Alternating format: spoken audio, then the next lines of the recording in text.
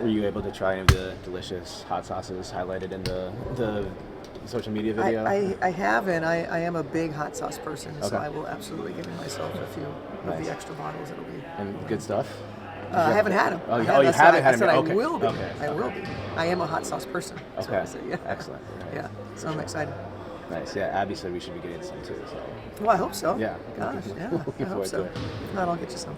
How important is the 2 seed? I know winning each game is the goal and you tip each one off, but how important is it to nail down the 2 seed? I think in just a general concept, you know, the more home games you have in a playoff series, it's not a guarantee of anything, but you know, we value playing at home. I think that would be true for any team and trying to secure home court in some either 1 series or 2 series, for sure.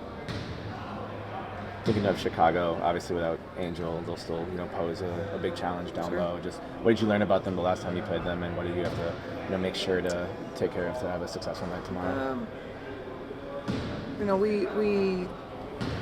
I think we know what we have to do. We spent an entire first half not doing those things, and then obviously we were not very good in competing on the glass and that sort of thing.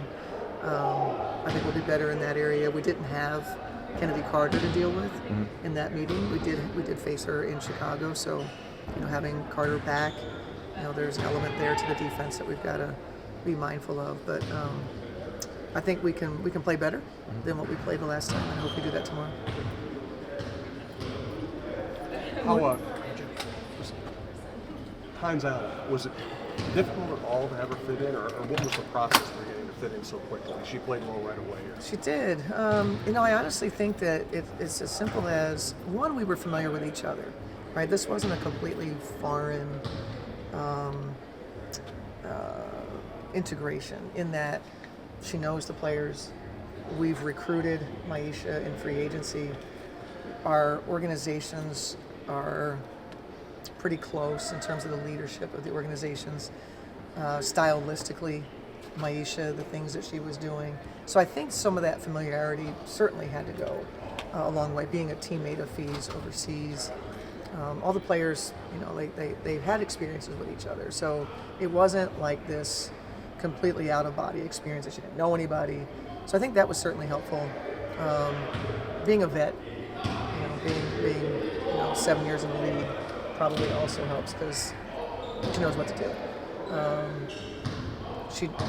She's a smart player, and so she knows to scout on our team. Therefore, she knows what we do, and so you can visualize that.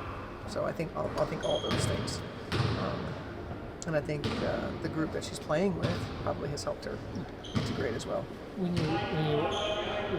was aware of her. I didn't really know the intricacies of her game, but when you see her play, she fits perfectly in what you guys do in the sense that she shares the ball. She can play inside and out. Yeah. It seems like you found somebody who's a very good fit for the way you want to play. Yeah. 2 thoughts come to mind, and what you're saying is, one, that's one of the things we've talked about for years about coverage of the women's game. We don't do a very good job of understanding stylistically other teams, players from other teams, and so when these things happen, you learn, only when they're here. I think the second thing is that Maisha, that's why we made the trade, is because she does fit into what we do, who she is as a person, all those things. She checked all the boxes for us. I was thinking back to that. I think again in Washington where she had that big steal, went end to end, scored, got the and one. That was kind of the start of things in that game in terms of kind of putting that game away. Then the other night she has a 9, 6, and 6 night. Yeah. So you're getting it from everywhere. Yeah, I think every game that she's played in, she's had those moments. It could be just, really going after a rebound, securing the rebound. It could be a pass, making Fee's life easier, get her an easy basket. So in most of her minutes, she's been everything that we've hoped for. Does the fact that she's been on a team that's won it all certainly doesn't. Is that an intangible that can be really valuable? There's no question about it. Because we don't currently have anybody on the team that has. Was Dorka able to go today? Yeah. Okay. You expect to have her in full go tomorrow? Yeah. Bridget has been hitting some high leverage threes Yeah. the last several games. Is she being put in position to do that more often? Is she choosing to do that more She's often? choosing to do it more often. We don't run very many plays for BC.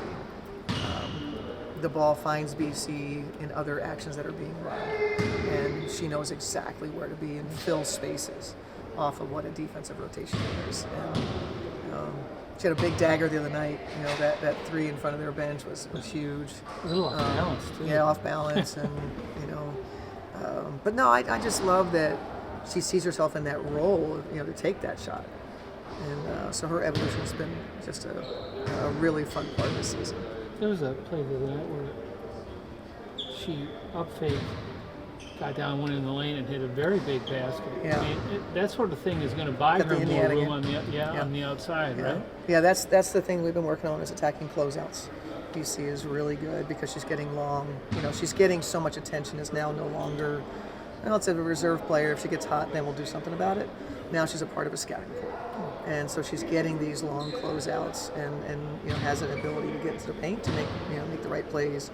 Her bounce raise has really improved, which is the shot you're talking about, into the lane. She doesn't do it a lot, but when she does, it's effective. Cheryl, can you just talk a little bit about K-Mac, just more so in regards to first team All-W and just how she's been playing this season? Yeah, it's just pretty sure this is probably her best season on record as a pro, in that if you're interested in things like wins above replacement player, she lived in a space of top 5. She's still, I think, in the top 10. That is a kind of a gold standard analytically. That's, if you're not a very good player, you're not going to be in that. And her season, I thought that was the analytic model that exemplified what she's done for us in terms of, we know about making shots, but you've got to do other things to be a wins above replacement player to have that value.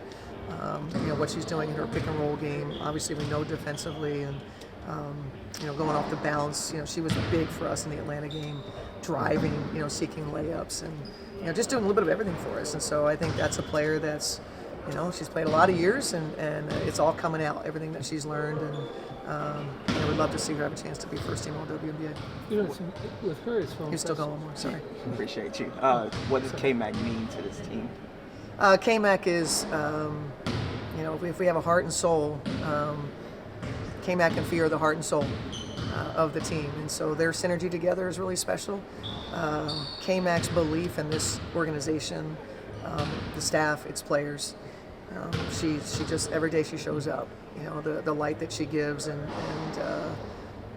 we're I say this often, we're going to go as K-Mac goes. The way she plays defense against Ryan Howard. I mean, that's an example of a player who can be incredibly valuable and not necessarily even score a point. Right? Yeah, it was good that she did score in the second half. No, but you know what I mean. How many big time shooting guards in this league will buckle down and take that defensive assignment every night? We're fortunate that K-Mac does do that. And K-Mac and BC had, every night they have tall orders. K-Mac is not always guarding just a 2 or a 3. She's guarding Clark at the 1, or so we move her around. So to see if we can get our best effort on the people we need to.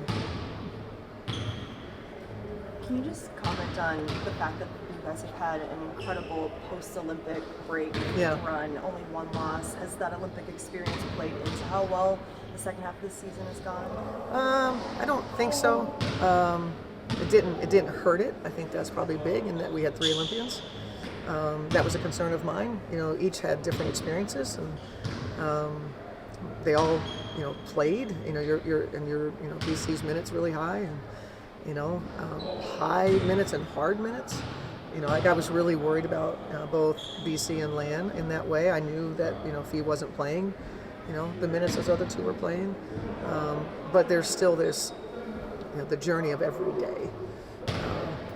Could be a lot, both mentally and physically. But so I was concerned about that for those 3. With regard to the others, clearly Katie and Rebecca and EP did a hell of a job, back here in getting them ready. And I think K-Mac was the point person of saying, we want to be ready when these guys get back, and we want to make sure we get off to a good start.